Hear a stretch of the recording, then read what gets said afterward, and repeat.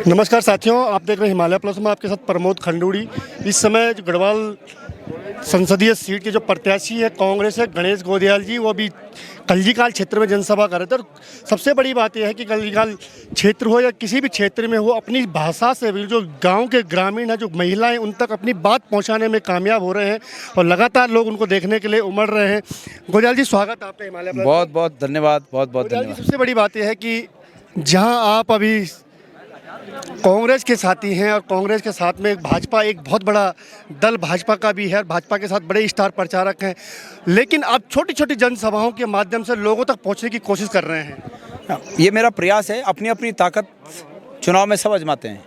Bharatiya Janata party के उम्मीदवार ये समझते हैं कि उनकी ताकत उनके स्टार प्रचारक हैं, और हम ये समझते हैं कि एक जनप्रतिनिधि को अपने को साबित करना होता है लोगों के सामने।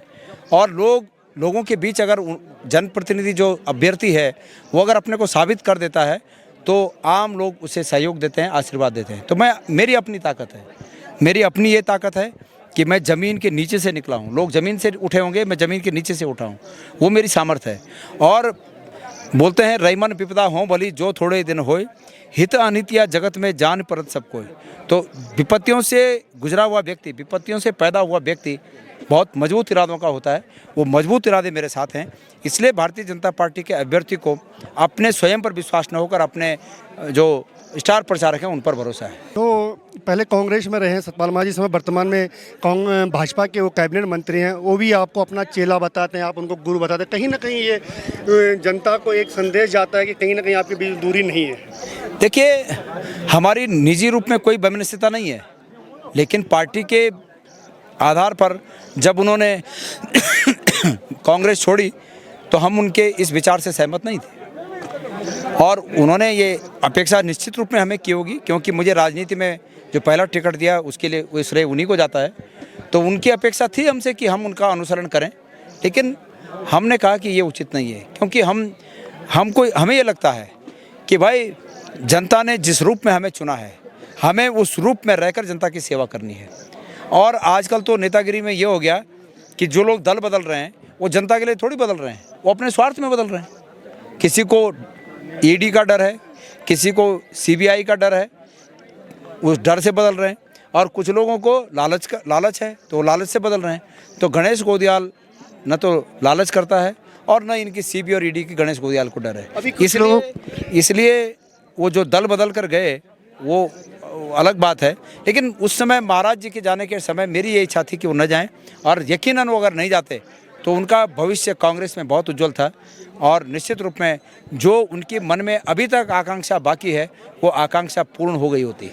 अभी सोशल मीडिया पे आपने देखा होगा कि भारतीय जनता पार्टी की जो प्रदेश अध्यक्ष हैं महेंद्र भट्टका, वो किसी कांग्रेसी नेता को धमकाते दिखा रहे हैं कि इस्तीफा दे के भाजपा में आओ। क्या? हाँ, मैंने नहीं सुना, पर दुर्भाग्य है ये हर स्तर पर लोगों को धमका रहे हैं, हर स्तर पर धमका रहे हैं। मैंने उनका एक बयान सुना था कि अग्निवीर योजना बहुत अच्छी योजना है, ये कहा उन्होंने। और मैंने तपाक से जब मुझे पता चला कि ये कहा उन्होंने, आजकल एक तो चुनाव में इतना व्यस्त हैं कि हम विपक्ष के नेताओं के बयान नहीं सुन पा रहे हैं, क्या बोला उन्होंने, हम अपनी बात कर रहे हैं। पर अग्निवीर के बारे में ज़रूर मैंने सुना कि महेंद्र भट्ट जी ने कहा कि अग्निवीर योजना बहुत अच्छी योजना है। तो मैंने कहा भाई अब इतनी अच्छी योजना है तो अपने बेटे को पहले भर्ती करो ना वहाँ। हमारे बेटों के लिए अग्निवीर, आम आदमी के बच्चों के लिए अग्निवीर, और अपने बच्चों को बीसीसीआई का सचिव बनाओ। ये भारतीय जनता पार्टी की सोच है। तो इसलिए मैं ये कह रहा हूँ कि भारतीय जनता पार्टी की सरकारों को जनता के हितों का ध्यान रखना चाहिए, लेकिन दुर्भाग्य से अपने नेताओं के हितों का ध्यान रख रहे हैं। अभी आपका सोशल मीडिया पे एक अकाउंट चल रहा है कि जिसमें कि आपको लोग चंदा दे रहे हैं, चंदे के तौर पे आप चुनाव लड़ने की बात कर रहे हैं। लोगों का कहना, भाजपा का कहना है कि उनके पास बहुत पैसा है, लेकिन ये ड्रामा है कहीं।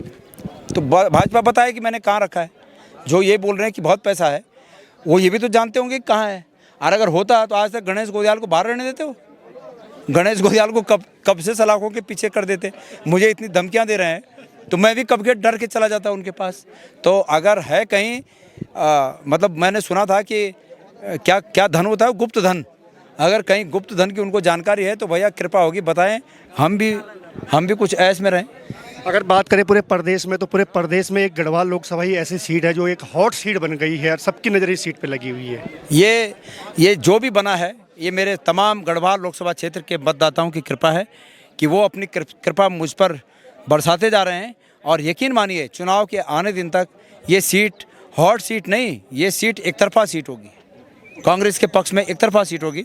ये जिस प्रकार से प्रेम मुझे दिख रहा है लोगों का, ये एक तरफा सीट होगी। धन्यवाद, नमस्कार।